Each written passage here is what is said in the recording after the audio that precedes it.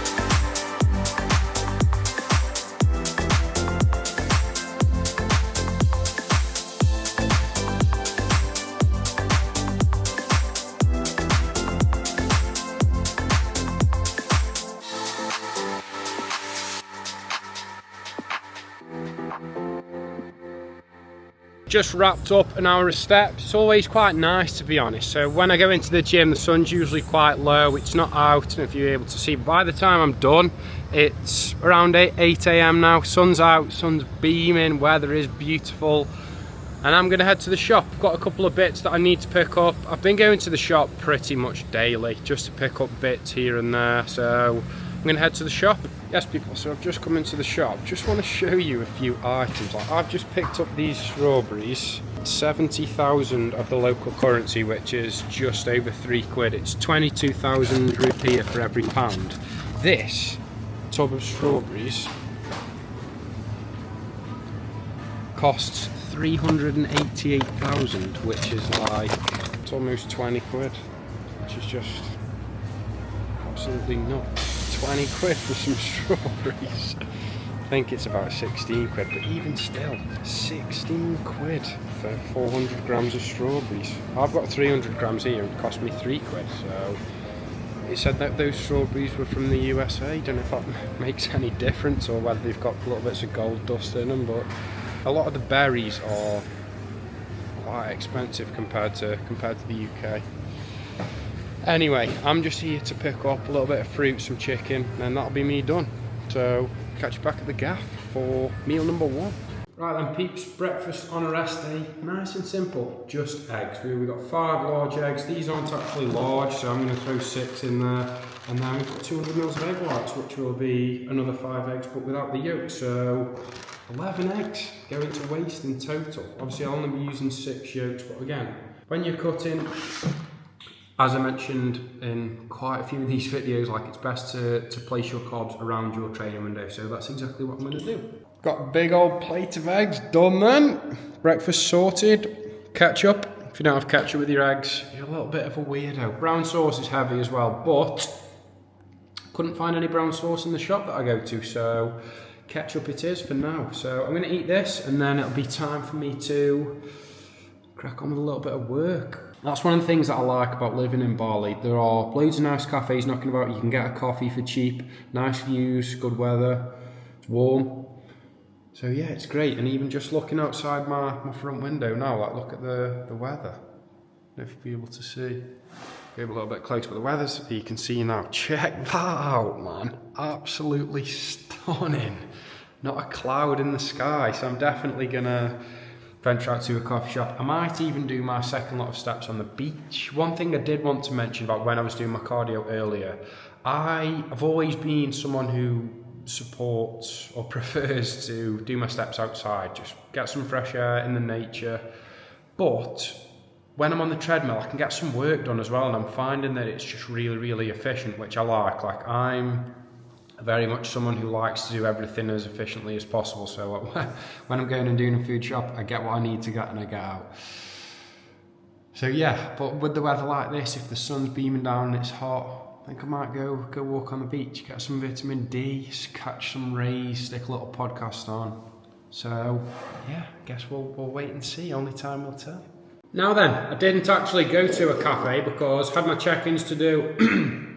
And I thought, I'm supposed to film and do my cardio at 12:30. It's 12 now, so I thought rather than waste time travelling to a cafe, I'll just crack on and get my work done in the kitchen. So now that that's all boxed off, I'm actually having meal number 2, which for today is oats and a little bit of dark chocolate with some strawberries, because I've not been eating enough fruit, I've not been eating enough veg, so I thought, oh, let me get some straws. Hello again. Now, we've had a little change of plan. It's actually the day after. I didn't really get up to anything exciting yesterday, so I didn't really think there was anything worth recording. However, today, first off, I've just prepped meal number 2, which for today is some chicken wraps. Get a load of that chicken, man. It looks incredible. Also done a little bit of spinach just for the micronutrients. Anyway, on the agenda for today, I'm training pull. I'm not training on my own, training pull with Kohl, my housemate, and I'm looking forward to it because he's a bit of a beast. Now, I'm not going to be able to mic it up, unfortunately, because I've only got one microphone, but it'll still be good it'll be good for you to watch, it's going to be good for me, it'll be a good session because we can push each other. And then this is something else that I just want to touch on now. I've always been someone who preferred training on their own just because you can go at your own pace, you can do what you want to do, you're not waiting for anyone else. But if you do get the opportunity to train with someone who is more experienced, more advanced, is just better at training, they can train harder than you do, I urge you to do it 100%. Not to say that I've been complacent, but I've been cracking on just doing my own thing for pretty much all of my most recent bulk, so for a year now. Near the end of that bulk, I went for a training session with Reese, my coach, more experience, he's in better shape, he's got more muscle, he's a little bit older. And it just opens up your eyes as to how much harder you can actually train. Now, I am a coach, I've been training for 8 years, I would say that I do train quite hard.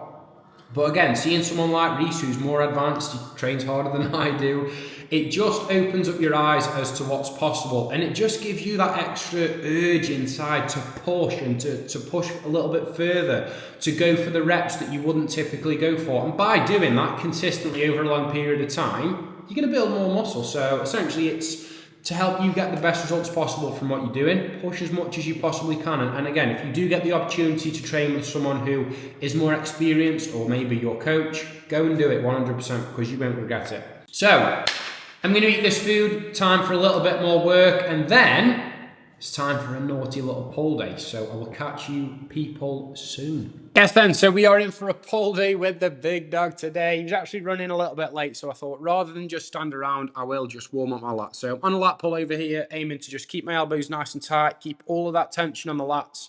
Just going really, really light, aiming for around 8 reps, just doing a few sets. Again, just to get some blood into the muscle, just to get my mind ready for the session. Heading into exercise number 1, which for today is single arm pull down. So with this exercise here, again, as you can see from the setup, I've set the bench nice and high, just so I've got a solid point to brace and stabilize from. And again, as you can see from this, allow your shoulder to creep forward and let your lat wrap around your rib cage. Like you can see from the video, the stretch that I'm getting on my lats here.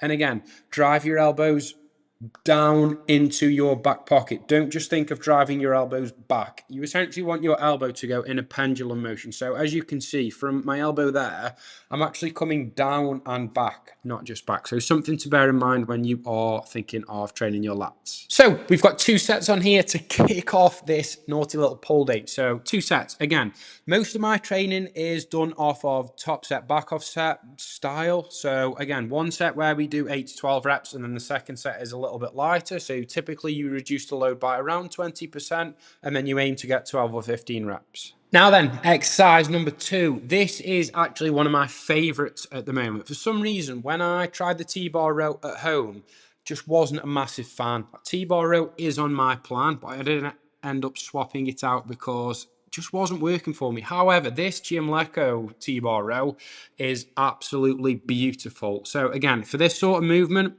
you want to focus on just driving your elbows back and high. And again, you want your shoulder blades to wrap around that shoulder pad. Don't allow your shoulders to stay in a fixed position.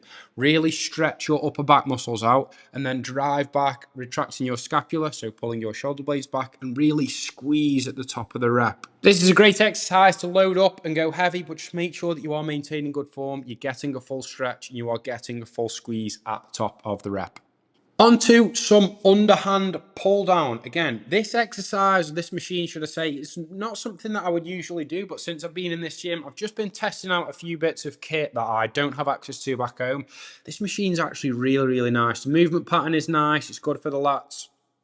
And again, if you've got someone to train with, you can easily get them to spot you, as you can see Kohl doing on the screen. So yeah, it's a great machine. Similar to the T-bar row, all I'm focusing on here is getting a huge stretch and then just driving my elbows down and squeezing my lats as hard as I possibly can. One downside about this machine, I can't actually get a full stretch because the machine's not big enough, or my arms are a little bit too long, but hey ho, can get a decent enough stretch. And again, after this set, after this exercise, my lats were on fire. Same setup as usual, so 2 sets, 1 top set, 8 to 12, 1 back off set, 12 to 15. Now, if some of you are wondering, God, why are you doing top set, back off set? For me, it's what has worked best, and I just find it really easy to progress that way. Like, you've not got loads of sets. I feel like it's good from a mental perspective because you're going into the gym and thinking, right, I've got 2 sets to make it happen here. If it doesn't happen on the first set, then you've only got the second set to go on, and you need to progress. You need to get into that mindset where you are thinking, right, I've got no choice but to progress and but to do more. But yeah, it's just what's worked best for me. And again, I think more volume is not always better. 2 sets, 2 really hard sets, that's more than enough for you to stimulate hypertrophy and for you to build muscle. And as you can see, training with a partner, Kohl here is giving me a spot, allowing me to control the negatives and pushing down on the positive, just allowing me to squeeze every ounce of tension and stimulus out of that movement. And as you can see from the screen, like I'm absolutely destroyed at this point. So the next exercise up, again, one that I have never really done or been a massive fan of, but I did it this session and it was actually great. So again, with this movement, we're focusing on targeting the lats. Specifically, it would be the upper lats as it's a horizontal row.